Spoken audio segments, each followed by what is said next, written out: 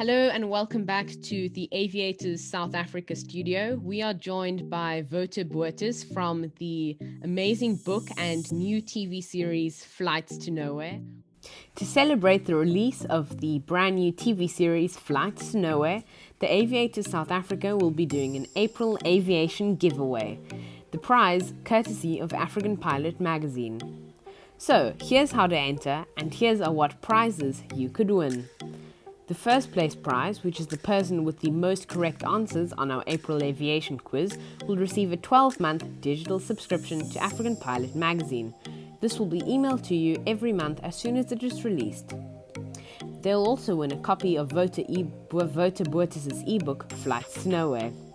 The second place winner, which is the person with the second highest amount of correct answers on the quiz, will also receive a copy of Wouter Botes' ebook, Flights to Nowhere. Here's how to enter. Go to the link in the description and see our Google form. On the Google form, it will prompt you to subscribe to our YouTube channel to get the latest videos from us. Make sure to hit that subscribe and enable notifications so that you'll get notified for every new video we release. Then, simply fill out the Google form to the best of your ability on the latest aviation general knowledge, and also ensure that you put in the required contact details so we can contact you if you're the winner. The quiz will close on 3 May 2021. Winners will be announced in the week of 10 May 2021. Please send any inquiries you may have to theaviatorsSouthAfrica@gmail.com. Happy flying and good luck. On the morning of 13 March 1967, flight SAA 406, also called the Rietbok, took off from Johannesburg Jan Smuts Airport on a scheduled flight to Port Elizabeth.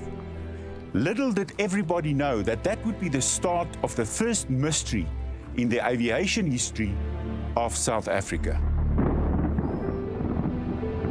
The one pilot, he confirmed that he saw the coastline on the left, and then he would have looked forward to see whether he would spot the runway lights.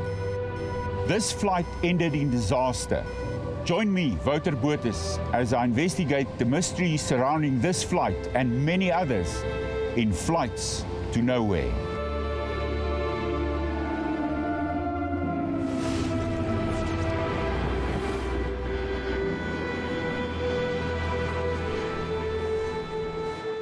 Welcome. It's great to have you here. Thank you for being with us. Thank you. Thank you for the invitation. Thank you so much. So I'm here with Warwick today, and we are going to be discussing a whole lot about Flights to Nowhere, which is an ebook that has been published by our partner African Pilot. And Warwick and I have both read the book, and it's a really great read, really technical, really deep down. And we highly recommend it. And we'll be, in fact, doing a Instagram giveaway of this book, which is amazing. So stay tuned to the rest of the video to see if you can get your hands on a copy. Otherwise, visit www.africanpilot.co.za for more information on it. So we're going to be having a bit of a conversation with you about your life and about air crashes. And so what I thought we would start with is maybe you could tell us a bit about yourself, like what is your day job, for instance, and what started and what fuels your passion for investigating air crashes, because it's quite unusual. It actually started with the unsolved mysteries of Southern Africa. So it wasn't aviation from the start. So what happened 12 years ago, I walked into a bookstore and there was a guy, he published a book, the only book that I know of, Rob Marsh, about unsolved mysteries of Southern Africa. And he published it in 2 languages, English and Afrikaans. I think the Afrikaans was called Verlore Skakels. And it immediately triggered something with me because I've always been very, very, very curious. And I don't accept the fact that it's an unsolved mystery. So what I did was I read the book, and then I came upon a case of Bubble Schroeder, which was murdered in 1949. And I decided, well, it's the oldest case in the book. I'm going to see what I can do about it. So I started the investigation, and it ended up getting a life of its own. I spoke to the guys that were actually accused of the murder and so on and so on. But I'm not going to go into that. I'll move to the aviation side. So what happened was I created a radio series for few radio stations in terms of 4 categories. The one was myths and legends.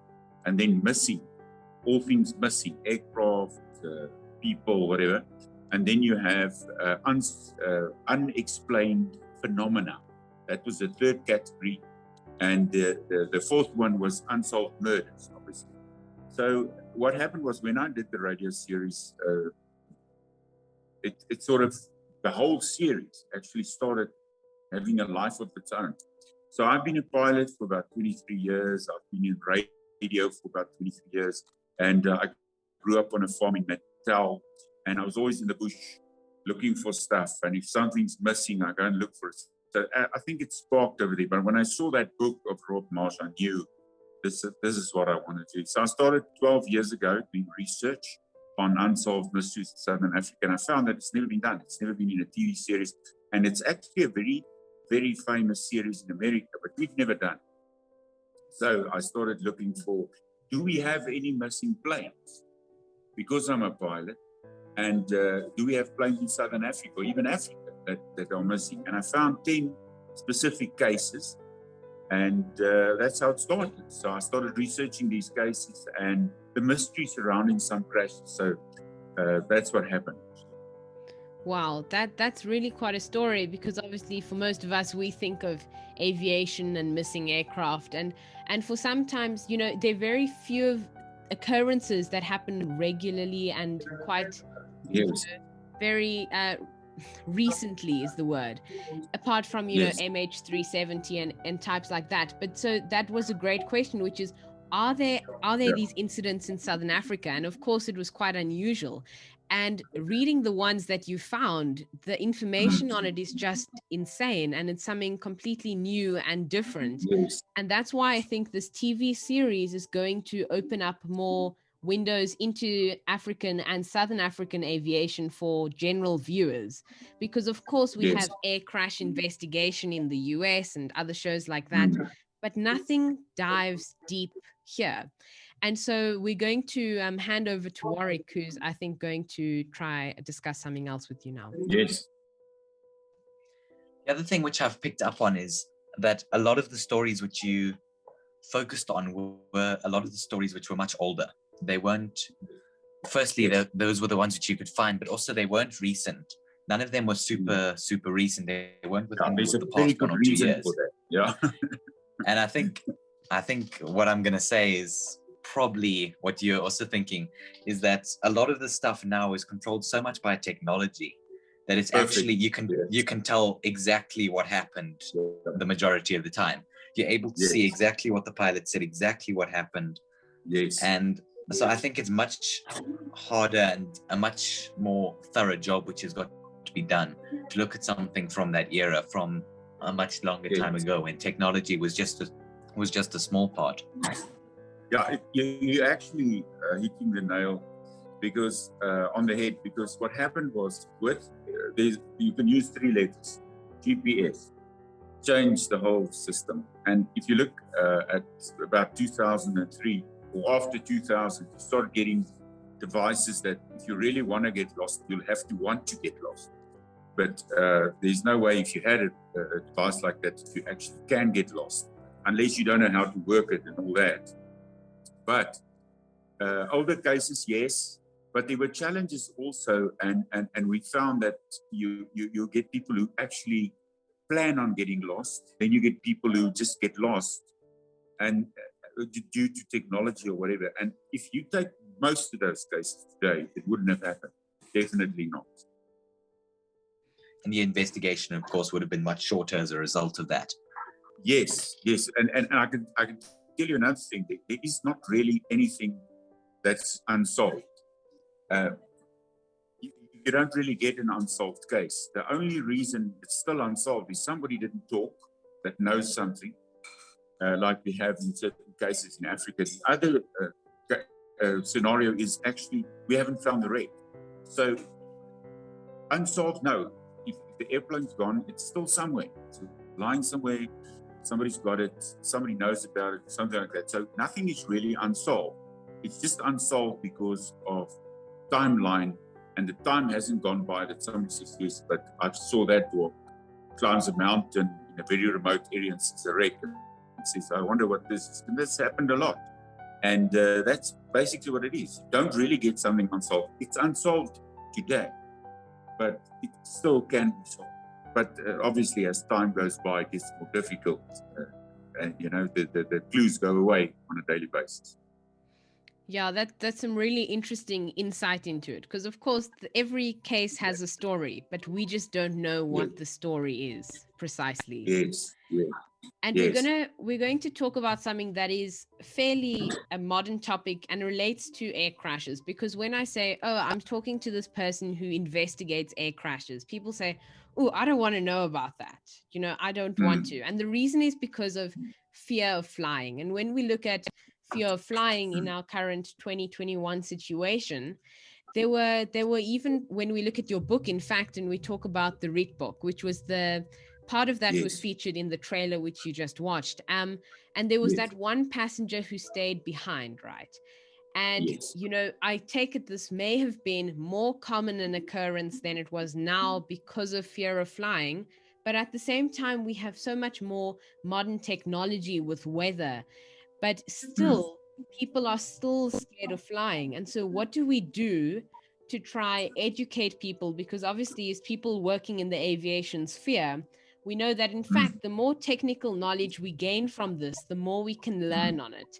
We're looking at the MAX at the moment in a mini documentary which we are producing, and we're looking at what went wrong. So now that we know what went wrong, we can learn from the mistake, right? But from a passenger perspective, what is your, you know, in general, what is your stance on fear of flying in passengers? Okay. The first thing I need to tell you is nothing is difficult for anybody to tell somebody else when they have this fear of flying. It's more dangerous to drive to the airport in your car than to get into a plane. It doesn't have an effect on anybody. It's not so much a fear of the aircraft or the flight. It's the idea of flying, of not being in control of what you're doing, mostly. It's also the idea of a 3D world. And people realize that because it's a 3D world flying.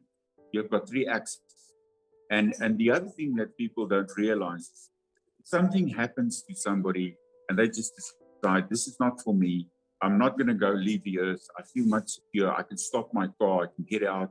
I can call for help. So in an aircraft, you don't have so many options. But still, it's absolutely the minimal, and the percentage is so low of people really, honestly, and with a passion being fearful of flying. Definitely. So it's not a lot that you get, but you can't tell them that they should.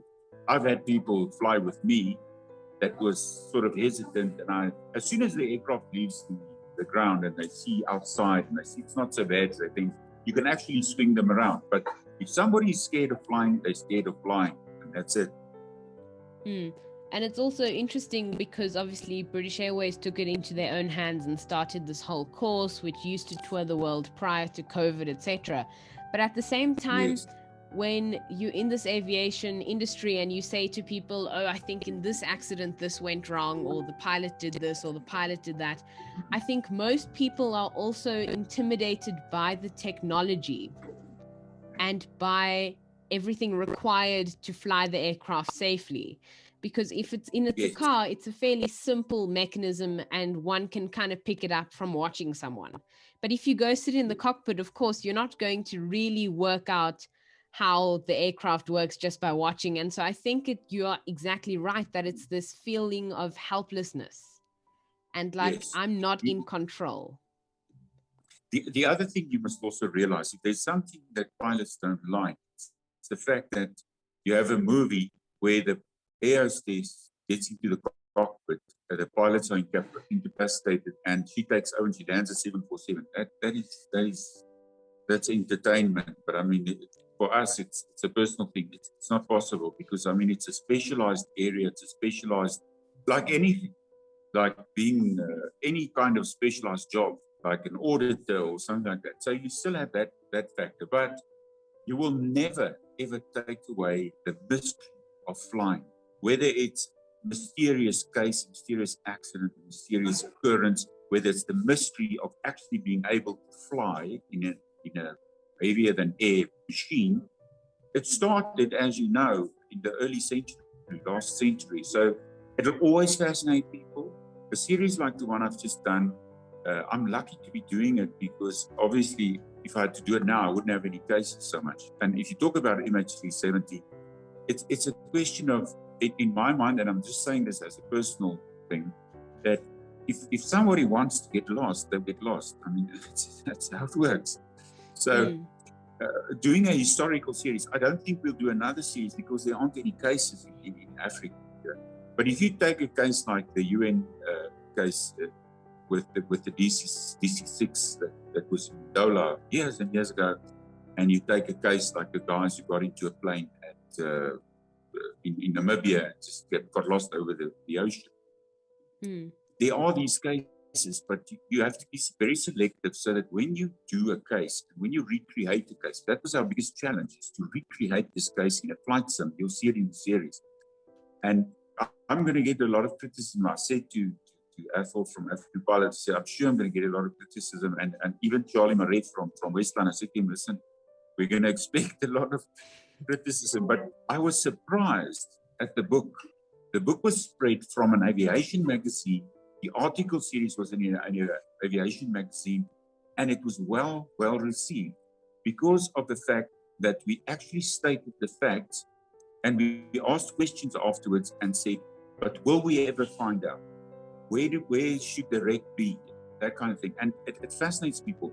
And the nice thing is, this series will definitely create a link between the aviation community and also the general public that is fascinated by flying. And you have a large audience, I can tell you that, a large audience where people actually are interested in these kind of things, any kind of mystery. But if you add aviation to it, it's even more mysterious. That's why I think this series is going to be something. They asked me to present the series in a very natural, like I'm talking to you now, not, doing it in an entertainment fashion in terms of talking fast and have flashing images and so. We do have recreations. We do have actual footage of planes after they've crashed with a mysterious subject around them and all that. We do have that. But in the end, it's all about that I said it before. I said it's all about the people left behind. If you don't know what happened to a loved one, you expect that person to walk through the door any minute. And that's the bad thing and the sad thing. As time goes by, you realize that these people are lost. They're never going to come back. And closure is the actual thing that is looked at here. We look at closure. We recognize the fact that a family doesn't have closure. That's the main thing. The second thing is the mysterious circumstances surrounding each case. It's all different. It's like a fingerprint. We can say two of the aircraft in 1988 that exploded in the air, or there was a fireball and it came down to earth. They still differ like fingerprints. So every case, especially every aviation case, is extremely unique. And it's all about the family that's left behind. That's the sad and tragic part of it. But we'd like to give it new life and say, listen, let's look at this again. Maybe we're lucky. Somebody just starts talking, or somebody, especially the closer cases. The Reed book was a journey and a half, I can tell you that, because we've now sparked the university in PE, the Nelson Mandela University in PE, to actually see if they might not have formed the wreck and they didn't know about the young ones there with the ROV and the guys who do the ocean research. So we're hoping that something has been done. But so there's going to be a lot of things happening off. That's very interesting. And another quick question which I have is, did you recreate all of the crashes and instances on a sim, or the ones which you had enough info for, and how hard was it?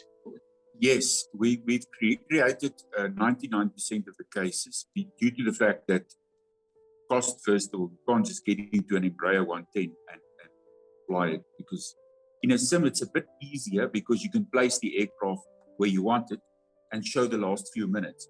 If we had to use real aircraft, it's much more difficult to film, firstly. Secondly, it's extremely expensive. And thirdly, if you think about it, you fly and you fly and you fly. How do you stop and say, yeah, at this point, this aircraft disappeared? With the sim, it's beautiful. Fly to God's window. We stop there. We say, this is where it stopped. And then you start talking.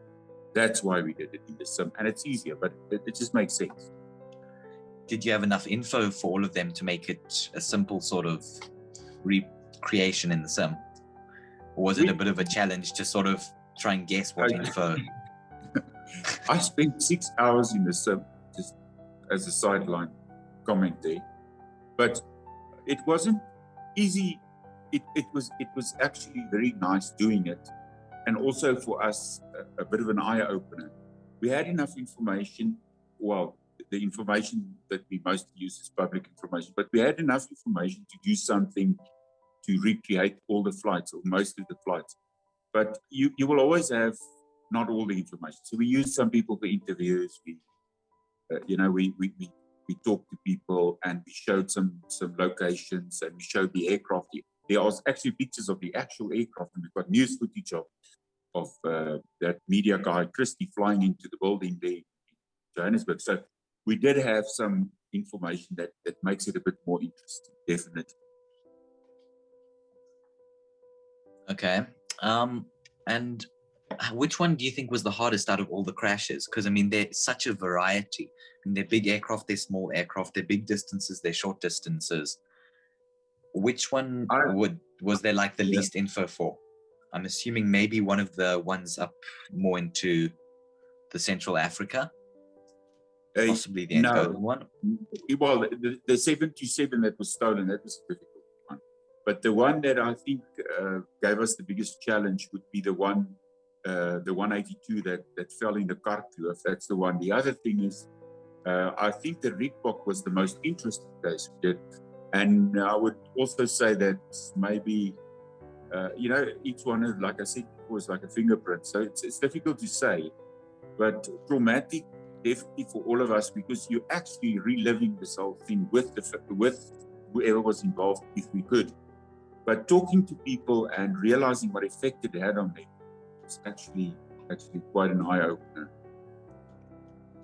Yeah, and I think that's the major thing with air crashes and investigations, is because you become very involved and very, it's all about the people who were in the crash. Yes. And you become so engulfed in it all that it suddenly hits you that, while I'm investigating it, someone did lose their life and someone knew this person, and, and it's a real person. It may just be on paper for now, but there were real people involved. And I think definitely.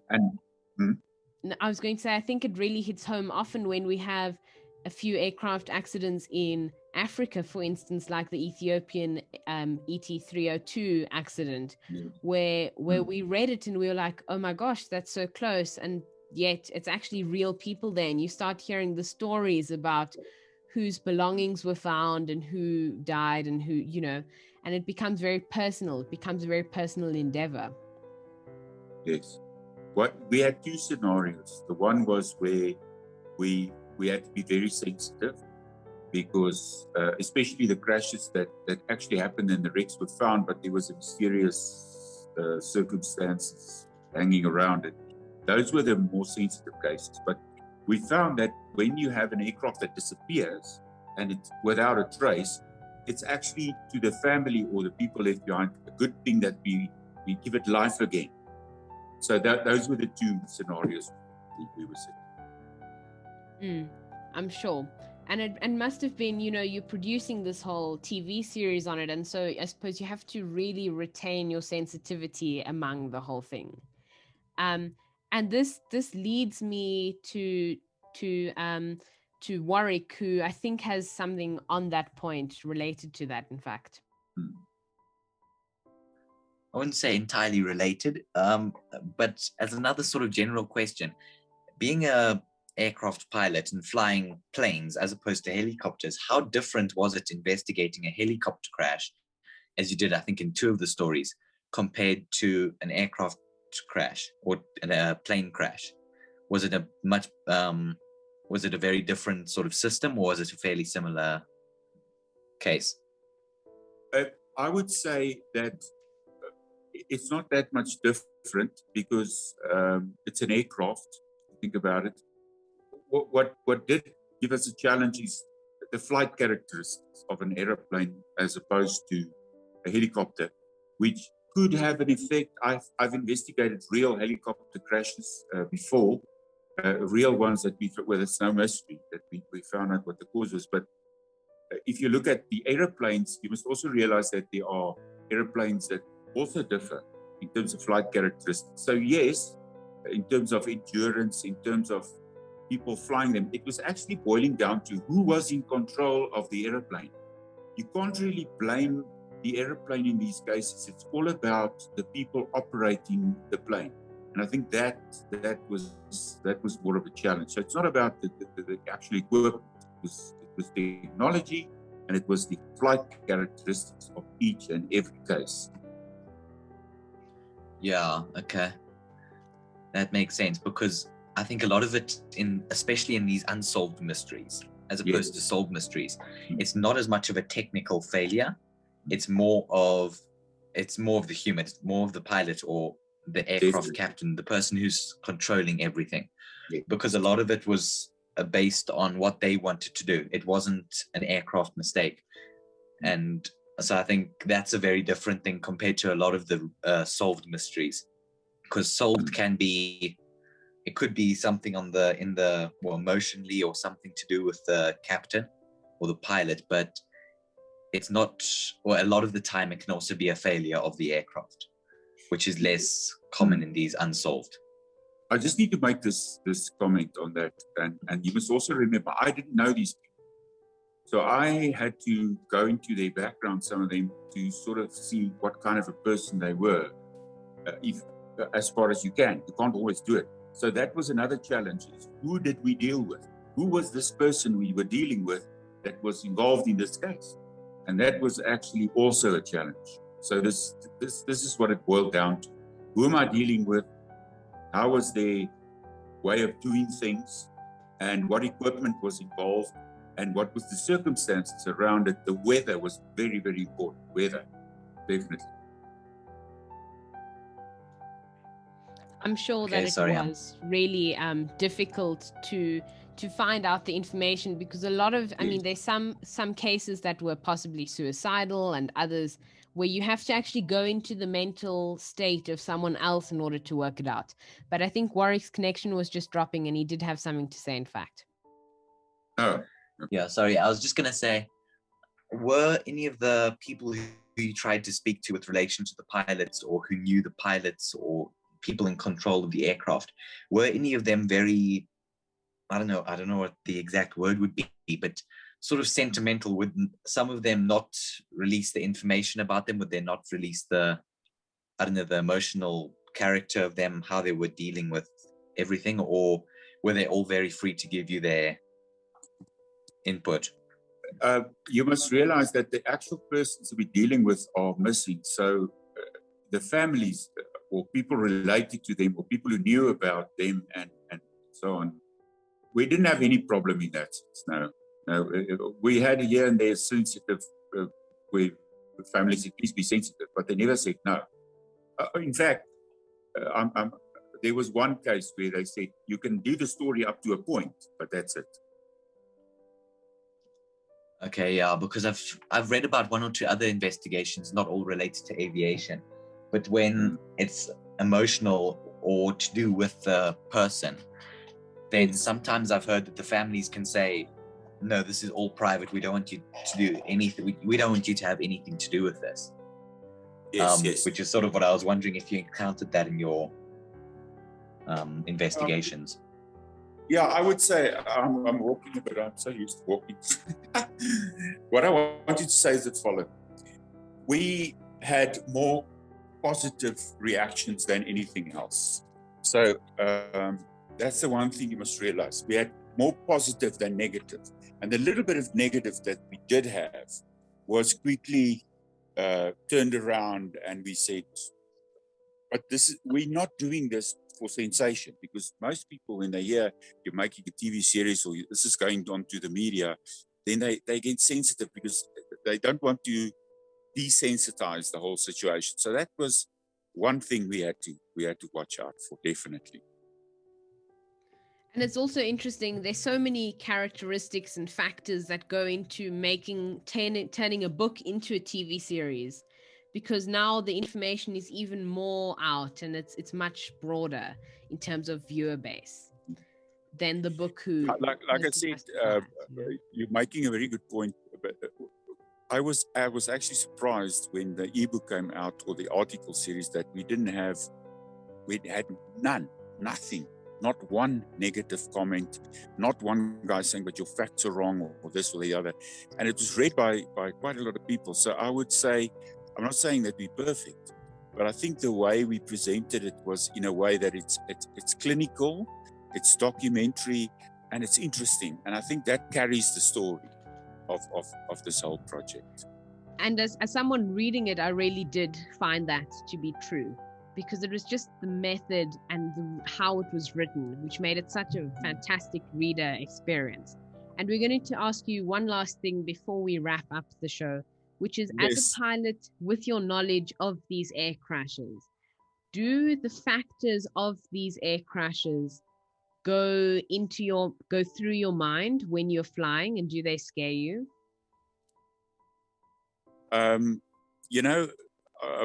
Any pilot will tell you that when you get into the aircraft, in fact, I'm very glad you asked that, because when I know I'm going to fly the next morning to a flight, I also fly, or have been flying the air ambulance for a while and going to do it again. But you sort of have that butterfly feeling in your stomach.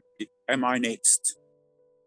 And when you get into the aircraft, it just disappears. When you get into the aircraft, you close the door, you sit in front of the stick and rudder, and you start the aircraft and you start doing your thing. It's just another world. And you sort of get to a point where you say, well, if it's my day, it's my day. So no, I wouldn't call it scared. I would call it anticipation, maybe, but scared, no, definitely not. Okay, well, that's quite interesting, because the way which you said it sort of disappears as soon as you get into the pilot seat. Yeah. I think that's also maybe influenced by the fact that, you're in control of the aircraft now. You can't risk thinking about what could go wrong, and then because you're not focusing on what's